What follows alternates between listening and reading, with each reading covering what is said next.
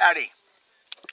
So this is going to be the fourth video and the third one on more how-to in-depth a little bit on how to fish. How to learn how to fish.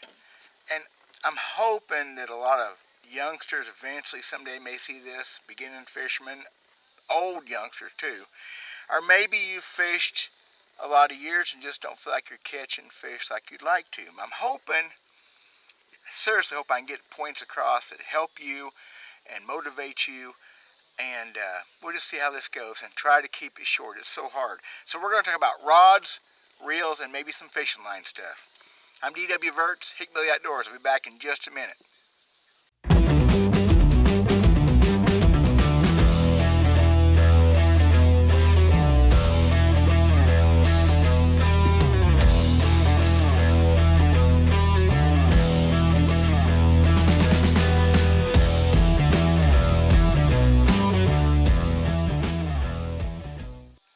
How to approach this that makes sense, and I'm sure there's a lot of videos on YouTube. I haven't researched it.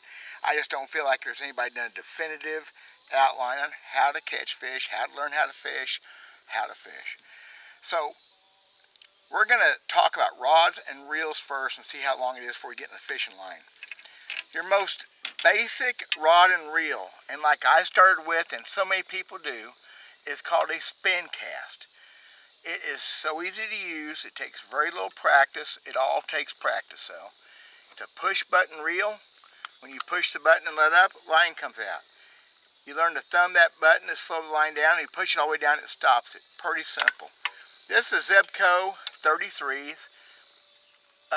One of the same kind of reels like I started with. It's a little better version. Has some ball bearings, some things that make it a better reel. It's been a really good reel for a little bit we've used. I bought it for one of my daughters. I used it last year in my catfishing video.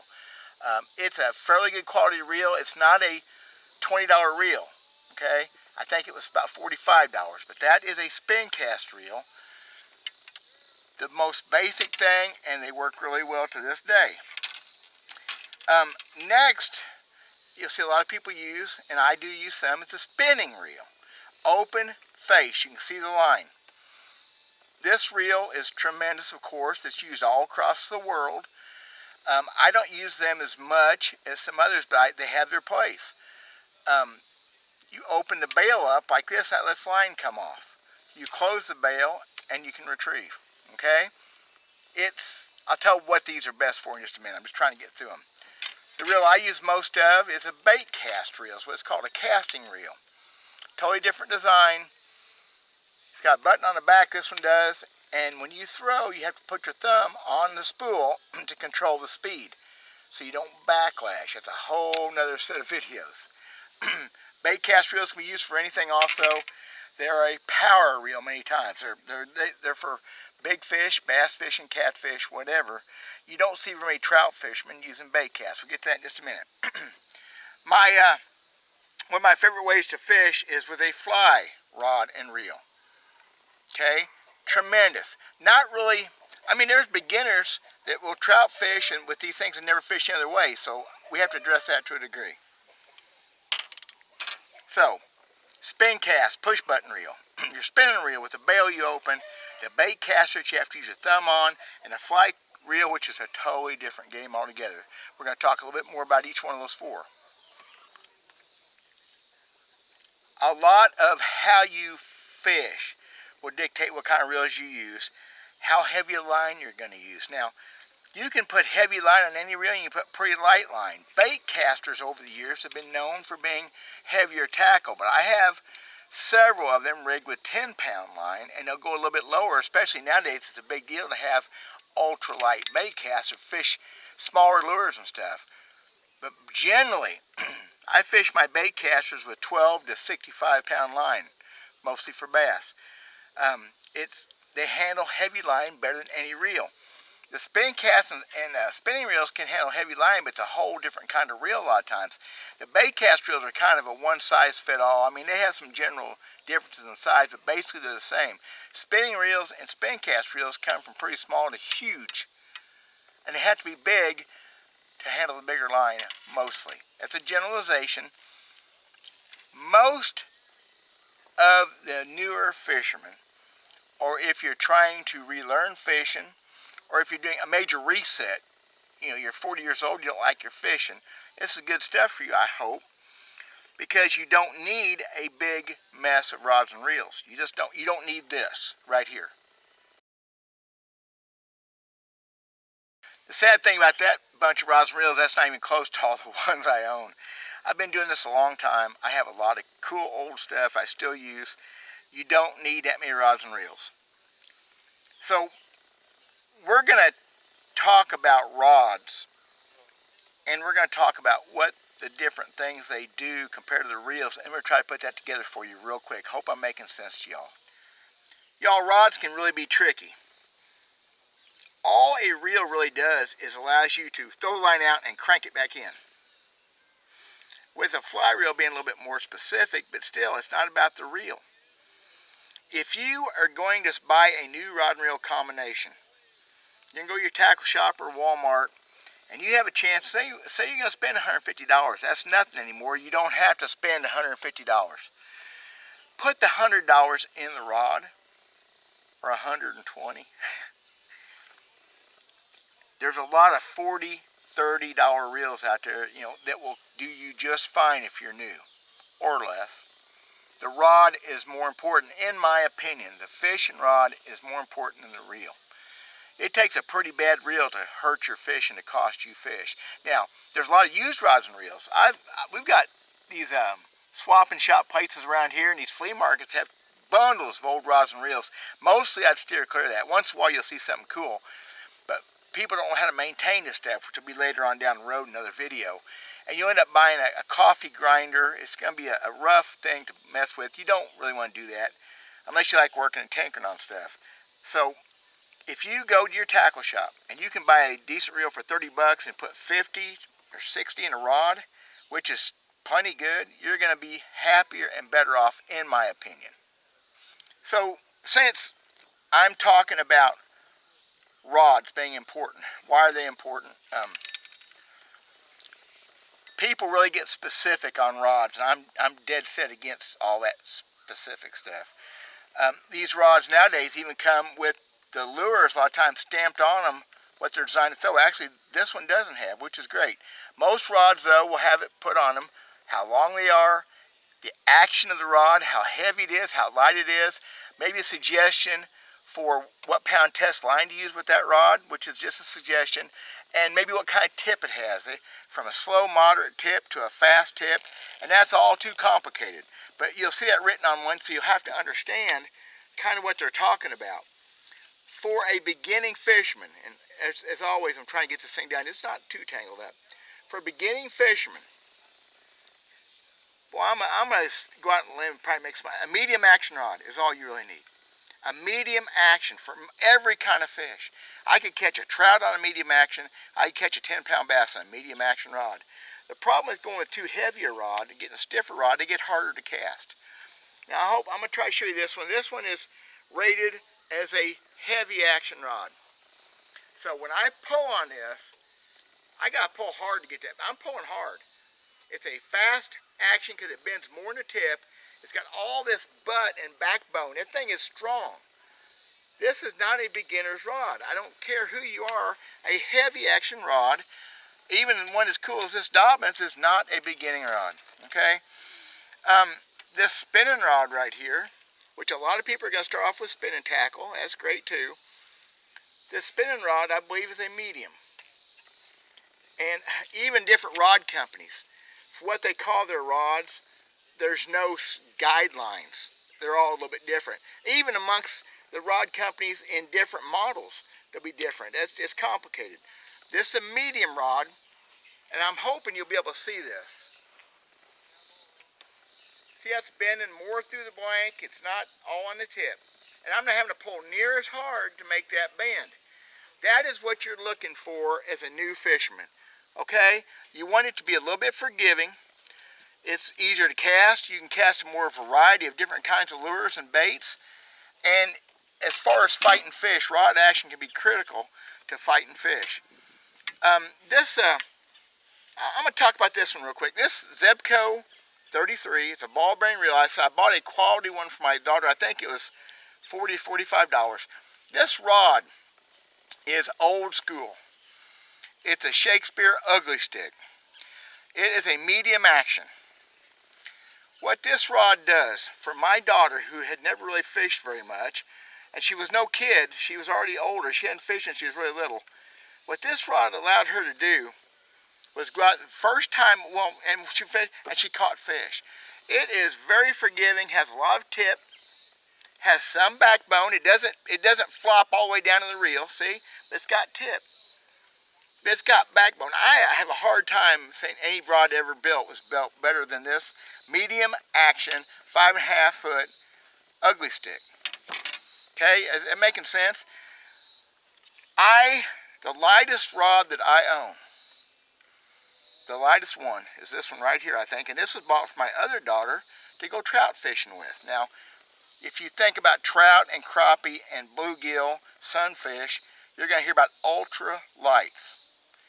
Man, I do not like ultra light rods. In a beginner, it's a horrible choice. An ultra light rod is for using really light line, and it bends all the way. It's just horrible how light they are. Yeah, they're kind of fun to catch fish on. So are all these, though.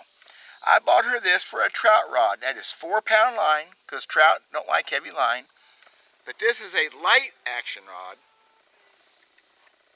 And it kind of bends through most of the area. It bends all the way back to my thumb, has a little bend, so it's a parabolic action. So it's forgiving, it gives, okay? But it has some tip, it has some strength. I'm telling you what, y'all, ultralights are harder to cast, harder to get a hold of, harder to handle fish on. I don't use them even for crappie or trout. I use that light or medium light. In my opinion, ultralights are just, there's no reason for it. I think it'll cause new fishermen more problems than it's worth. Real quick, I thought we ought to talk about rod length. That's changed a lot since I was a little kid. A little kid, when I first started, my first bass rod was 5 foot 3 inches long. 5.5 foot was a standard for years, with some 6-footers being used for bass fishing. And the same thing, catfishermen use a little bit longer rod because they throw farther. Nowadays, 7 foot is the new 5.5. Everybody's throwing a 7-foot rod. I highly suggest you don't do that as a new fisherman. That's a lot of rod. Even a medium action, it's just a long pole. It's harder to control, harder to handle. And I'll tell you, one of the big secrets to catching fish is not making long casts. So you think you want to throw all the way across the pond or the creek. I guess that's fun and good. It's not going to catch you more fish. We'll talk about that kind of stuff later. A 6 foot 6 inch maybe medium action rod for every kind of fish you fish for will be, for a beginner setup especially. Go catfish with it, you can catch bass with it, you can catch panfish with it, and go trout fishing with it. Okay, a medium action rod can go down to, 6-pound line without being a danger of breaking a line lot. Hope that makes sense. If you're new or you're doing a reset, you're struggling, especially if you're struggling with your casting accuracy and distance and things, you need to step back to a 6.5 foot rod. 7 foot, I own a bunch of them, but I've been doing this forever. So you ask yourself, why are there so many different kinds of rods and reels? Well, for one thing, there can be. Fishermen are horrible about gathering junk like this. And it's fun to have different things, and it's kind of addictive. And you'll end up with too much stuff someday if you fish very long too. So it's part of the fun of it. One of the biggest reasons for spinning reels and spin cast reels, the open face and the push button spin cast, where you push the button, is they can handle really, really small lures. It takes no force at all to take that line, that little lure, fly out. Okay? Yes, there are people that fish for muskie with huge lures with them. I never have. There's, especially up north, our Yankee friends is what they do. Wonderful, fine. But their advantages are in handling small, tiny baits. The bait casters generally are not quite as good at it without tuning and working on, although I have some of the new ones. They're ultralight bait casters. They're made to be a finesse system. They charge too much money for them. Unless you're strictly going to be a bass fisherman, You need to go with spinning reels and spin cast reels because you can handle anything, but you can throw a little bitty bait, a little bitty lure, okay? That's the biggest secret. That's where your lighter rods will handle smaller baits and lighter stuff. The heavier rods handle bigger stuff. That's where you have different rods and reels. And that's where it gets complicated. We're not going to go into that today. So let's talk about the other kind of rod and reel real quick. One of my favorites. Now, if you're new to the channel, thank you. Hope I'm not boring you.